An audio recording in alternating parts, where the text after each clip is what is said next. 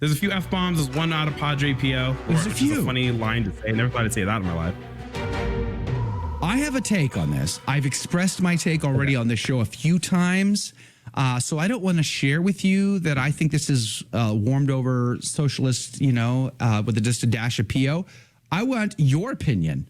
What was your first take on this film? What was your general impression before specifics?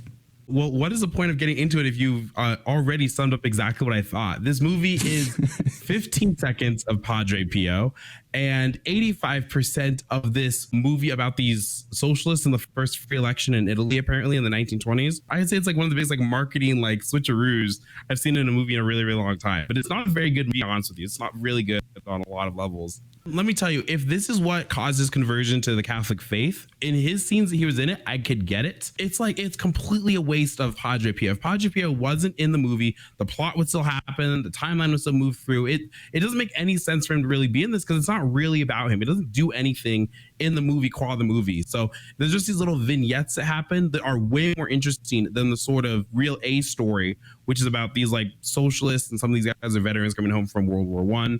It's really, really confusing. It's a very mismatched movie, and that's why even the controversy around it I think isn't even worth it. So there's my quick little thing. It's not even worth it, not even the controversy. I liked Shia's performance. I think he looks the part. I think that he meant the part. I'm with you on the accent. And as for the F-bomb, listen, if you watch the movie, one thing about this, and I've seen this in other movies too, is that period pieces take periodic language, and especially ones about saints. So even before we get to the saint aspect, a huge problem with it is that a lot of the movie has relatively modern feeling language, despite the fact that this is early 1920s Italy. And that goes on for this particular case of the F-bomb. Now, obviously, you've historically verified it. This was my first question. When I saw that clip, Padre Pio, as far as anyone could tell, didn't use the F-bomb, and there was absolutely no call for it in this particular scene. That wasn't the thing that I was like, oh, that's it, I'm turning this thing off, for me personally, because in the context of the entirety of the scene, I was like, okay, this is completely unnecessary. And I know as a filmmaker, this is completely unnecessary, but it was actually really disappointing because I think it once again just highlighted that if you watch this movie trying to figure out a bit about Padre Pio, you're not going to get much out of it. There's far better just straight documentaries about him and all that kind of stuff. So a lot of character understandings of who Padre Pio was just get completely obscured by plot points, and also what I think are easy directing errors. And that's one of them, where if Shia was just too into the role and said the word there, this seems like something I would have done a cut on to be like, hey, listen, let's dial it back here, and this is why, which is really disappointing because I think it could have been a decent movie, and it wasn't. Are you confirming then that they actually did use the F-bomb in the film? Yeah, there's a few F-bombs. There's one out of Padre Pio, which is a funny line to say. I never thought I'd say that in my life. Wow, I thought for sure that was just one of the takes Shia did. They recorded it, but they're going to cut it. There's no way that's going to make the film. But that actually made the film. This blows my mind. I can't believe they would include this. What were they thinking, do you think?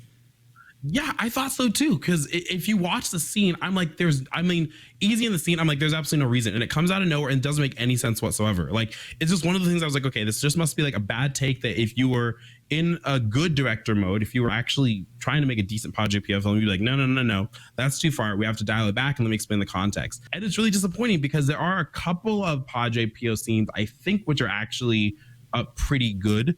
There are a couple scenes that talk about his torment, and there's some stuff I think they take a little too far in the torment scenes, but I see like the kernel. But again, I think that this is just kind of like a shock.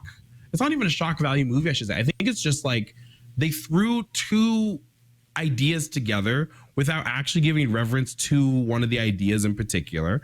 And as a result, it comes across as a bad saint movie and comes across as just a bad movie in general. Like, it's just kind of a mediocre indie film. I think that him using an Italian accent would have been better, for sure. He definitely looks the part. He should have sounded the part too. But once again, I think that this is a directing sort of decision as well. And they didn't do it. Like, a lot of I think natural inclinations on this film were wasted because this film was wasted. So it's kind of disappointing, but I would have been fine with him keeping his American accent had the content of the film just been better. I would have been like, that's the least of my concerns here. Can we give this a Pacheco score?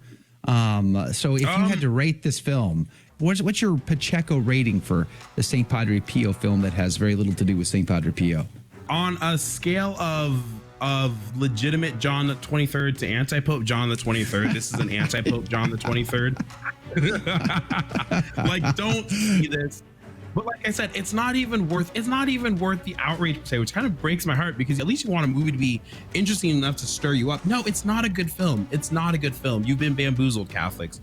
You've been bamboozled. Wow. I hope Shia embraces the Catholic faith. I mean, it seems like he is, and God bless him on his journey. And I hope that he makes better saint films in the future. I think he has the capability.